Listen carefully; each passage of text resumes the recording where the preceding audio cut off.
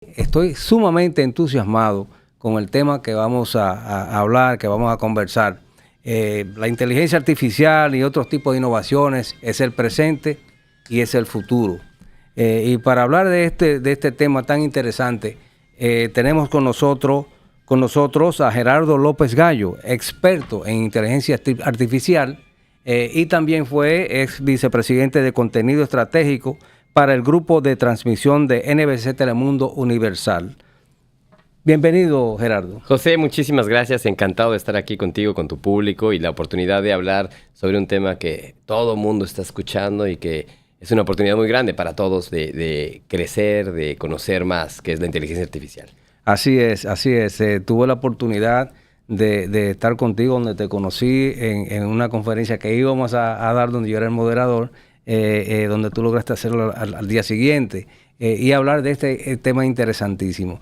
Danos una historia, dinos en qué está la inteligencia artificial, está en nuestras vidas, obviamente, en el diario vivir, pero danos un historial de cómo llega a esto. Claro, mira, la inteligencia artificial empieza realmente, y yo soy una persona que me gusta mucho estudiar historia, entonces sí nos hicimos un análisis.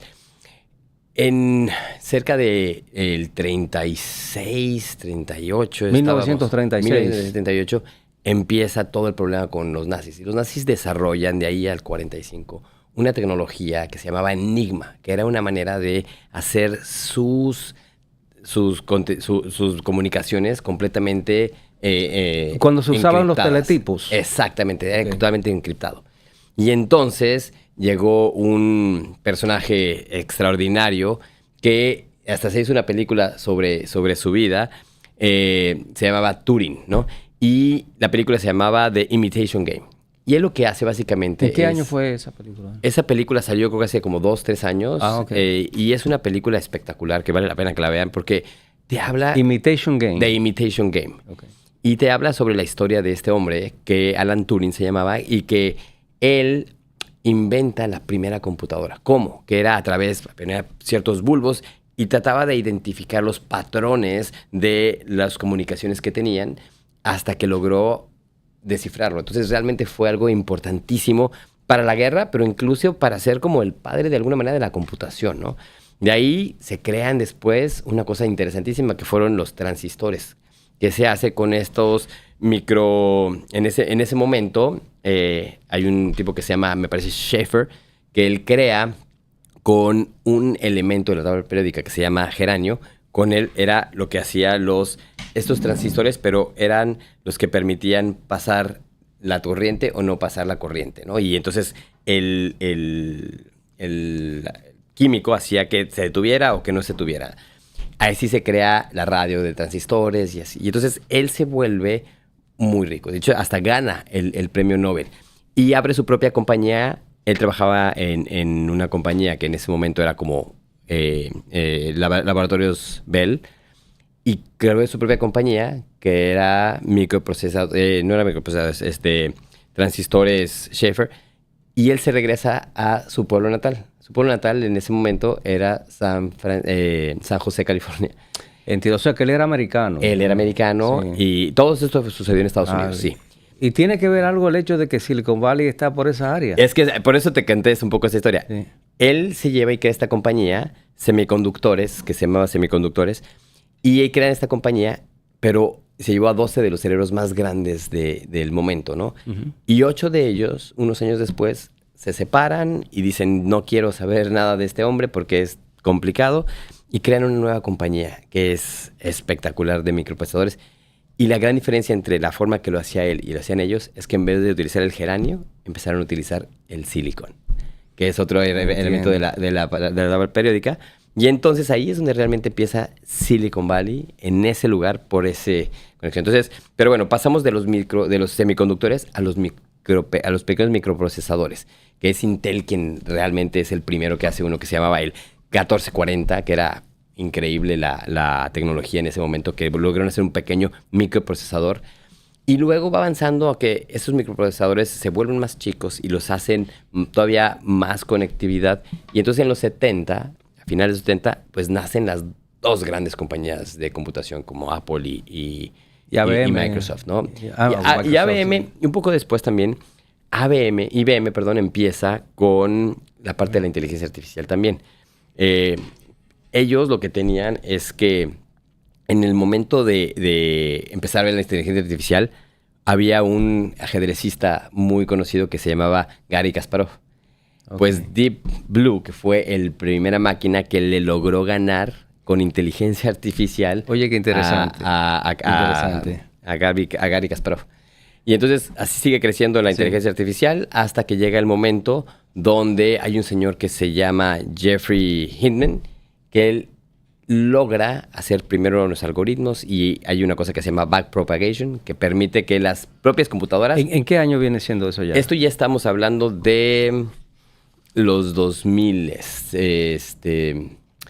cercano al 2006 me parece, te confirmo, pero Jeffrey Hinton es el que primero hace una cosa que es backpropagation, después, 4 o 5 años después, logra hacer una cosa que es un Central Neural Networks, que logra conectarlas esas en conexión entre ellas y crean como neuronas. Una pregunta, excusa para que te interrumpa, Gerardo. ¿El gobierno financia estudios sobre inteligencia artificial? ¿Ha inmiscuido el gobierno?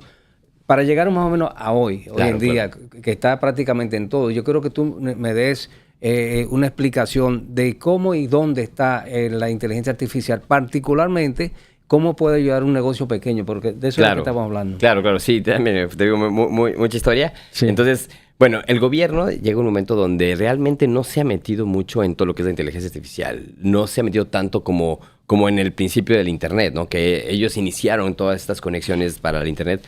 En la inteligencia artificial no se ha metido tanto. Han sido muchas empresas privadas las que han sucedido, particularmente justo que Jeffrey Hinton después lo último que hace es una cosa que se llama un AlexNet en el 2012, hace un algoritmo que se llama AlexNet y en el 2012... ¿Cómo funciona el algoritmo? El algoritmo lo que hace es que identifica patrones y genera nuevas conexiones a través de esos patrones para que se pueda generar la nueva inteligencia. Por eso es que entonces en los teléfonos, en los celulares, si uno viera la tienda X, de repente le llegan una serie de tiendas que venden lo que uno anda buscando. Los algoritmos básicamente identifican patrones. Entonces, al identificar patrones, se identifican tus patrones y le mandan. Ahora, son mucho más complicados que eso. Pero son fórmulas matemáticas. Finalmente, todo viene de la matemática. Entonces, pero en el 2012 sucede esto y se llama el Big Bang de la inteligencia artificial, porque a partir de ahí realmente se empieza a hacer inteligencia artificial. NVIDIA deja de hacer chips para juegos y empieza a hacer solamente para inteligencia artificial. Y en el 2022, noviembre, se lanza ChatGPT. ChatGPT se lanza y es un fenómeno. En menos de un mes, tiene más de 100 millones de suscriptores en el app que lo había bajado. Ha sido fascinante. ChatGPT prácticamente es una mente, o sea, que piensa por ti. Claro. Y fíjate que es bien interesante. Se llama LLM, que son Long Language Models, que lo que hace es que se entrena con cientos de miles hasta millones de datos, de documentos, de todo, de información que le permite, además de eso, con algoritmos, y con una última cosa tercera que lo inventó Google, que se llaman los Transformers. Transformers lo que hace es que agarra toda esa data y la puede en pequeñas centésimas de segundo hacer toda la interpretación y conectarla. Entonces, por eso ChatGPT, G es de generative, de generativa, P es de pre-trained, preentrenado, transformer, que es lo que inventó Google, que transforma. Entonces, GPT transforma toda esa información. Y entonces, en este momento, no es que realmente razone. Parecería que razona, pero es adivina. Literalmente pone una palabra y luego con su proceso adivina cuál es la siguiente palabra que viene. Entonces, todas son como adivinar o estadísticamente definir cuáles, dependiendo de lo que tú le pediste, cuáles son las palabras que dicen. Entonces, es interesantísimo. No, esto es una revolución, claro. Vamos a decir, que está sucediendo con la inteligencia artificial. Vamos a tomar un ejemplo de un pequeño negocio. ¿Cómo puede la inteligencia artificial ayudar a incrementar un pequeño negocio? Muy bien, Micho. Primero, yo creo que la inteligencia artificial es perfecta para los pequeños negocios. ¿Por qué? Porque muchos pequeños negocios no tienen la capacidad de contratar diseñadores o estar sacando fotografías todo el tiempo o generar un servicio al cliente al momento. Y una campaña de mercadeo. O unas campañas de mercadeo. Los pequeños emprendedores no pueden hacerlo 1 o 2 veces, pero no pueden estarlo constantemente. Ahora con la inteligencia artificial es como si tú pudieras tener a todo un equipo de gente que te puede ayudar en hacer eso. Entonces, no es que va a desplazar necesariamente a la gente, porque esa gente jamás hubiera sido contratada, ni siquiera, porque no tenían. Pero ahora, los pequeños empresarios pueden tener servicio a cliente inmediato con agentes que contesten. Dicen que si tú le contestas a un cliente en los primeros 5 minutos, cuando te hace una pregunta en Instagram, tienes 800% más capacidad de venderle que si te tardas más de 5 minutos. En los primeros 5 minutos. En los primeros 5 minutos. Entonces ya con la inteligencia artificial, tú ya puedes contestarles inmediatamente. Y ya no es una contestación completamente maquinal de que le aprieta uno y ve. No. Conectas al ChatGPT o a los LLMs que tú quieras. Les das la información. Se conecta, vamos a decir, se recibe la llamada y automáticamente se conecta al ChatGPT. Se conecta a un agente, que este agente está entrenado, de alguna manera, por llamarle así, con ChatGPT. O sea, una central, sería una central. Es como ese, pero es literalmente un pequeño, así le llaman agente de AI, donde tú lo programas y lo programas que la llamada entre ahí y la programada le contesta. Y es más, hay agentes que incluso con una cosa que se llama Eleven Labs, que es una maravilla, otra de estas inteligencias artificiales, porque pensamos en ChatGPT, pero hay uno que se llama Midjourney, que hace imágenes increíbles. Eleven Labs. Hay varios que hacen además varias cosas distintas, ¿no? Hacen imágenes, hacen música, hacen sonido y los agentes. Entonces, la gente programa a la gente que conteste la llamada. Entonces la contesta y dice, y como tú estás en la base de datos, hola, ¿cómo estás? José, muchas gracias por llamarme. ¿En qué te puedo servir? Y entonces tú le dices, oye, quisiera 2 servicios. ¿Qué ofrecen de servicios? Ah, bueno, qué bueno que me llamas. Mira, estos son los servicios que ofrecemos. Entonces, te platica de una manera como si estuvieras hablando como una persona. ¿Y pueden contestar? Contestan totalmente. O sea, si el cliente le hace una pregunta basada en la información que le está suministrando. Claro. Nosotros hicimos un ejercicio interesantísimo que dijimos, a ver, vamos a ver qué tan real se puede hacer. Entonces, le pedimos a la que estaba llamando, le dijera, cuéntame un chiste, por favor. Pues no, le contó el chiste y le dijo, y el chiste no era muy bueno, era como un dad joke. Y entonces lo que le dice, mira, soy muy malo contando estos chistes, pero soy muy bueno dándote información. Así que si quieres te puedo dar más información de... O sea, que se utiliza el humor también. Utilizó el humor, regresó, porque entiende perfectamente. Como ChatGPT lo que sucede, tú le puedes hablar a ChatGPT y te entiende tu lenguaje natural. Así tú conectas esa inteligencia con quien contesta. Y ese es un ejemplo pequeño. Puedes hacer... Te digo, campañas, puedes hacer que tus redes sociales tengan mucho más conexión, que puedes además identificar quiénes son tus verdaderos clientes, lo que le llaman un buyer persona. O sea, que todo viene siendo en realidad un intercambio de cómo incrementar el negocio basado en inteligencia artificial, cómo utilizarla para que ese mecanismo que no utiliza un ser humano, pagas una mensualidad o un servicio, y te va creando esa data de información. Con una fracción del costo, tú puedes tener una inteligencia enfocada en generar leads. Tienes una generando contenido para tus redes sociales. Puedes tener otra para contestar el servicio al cliente. Y puedes tener otra, literalmente, para tener toda tu agenda organizada y todo eso. Vamos a decir que tú no tienes dinero para tener un asistente o una asistenta.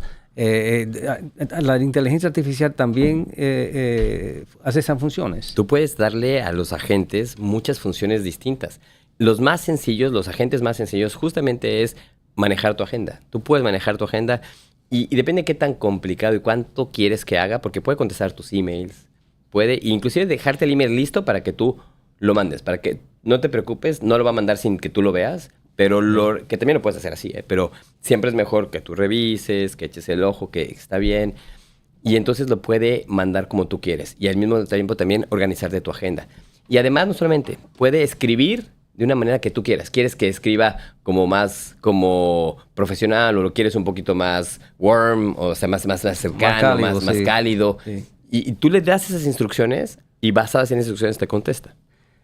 Amigos, a la verdad que esto es fascinante lo que está sucediendo. Quiero darle las gracias a Gerardo por esta pequeña intervención. Nosotros vamos a hacer un programa más extensivo sobre este tema. Hablamos de ciertos ejemplos que vas a dar en una próxima intervención que vas a hacer aquí con nosotros.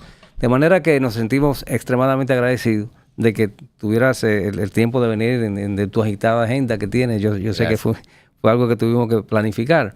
De manera que gracias por venir a Perspectiva Latina y esperamos tenerte de nuevo próximamente. Un placer, José, muchísimas gracias. También agradecer a Andrés, que con él trabajamos en el Miami Institute, donde damos clases y en las clases que ponemos siempre estamos metiendo inteligencia artificial, entonces también vas a aprender ahí. Y además, pues yo tengo mi propia empresa de inteligencia artificial, donde ahí les vamos a dejar los datos y poder ayudarlos a todos los que tengan alguna duda. Muchas gracias de nuevo, Gerardo, y será hasta la próxima. Muchísimas gracias, José.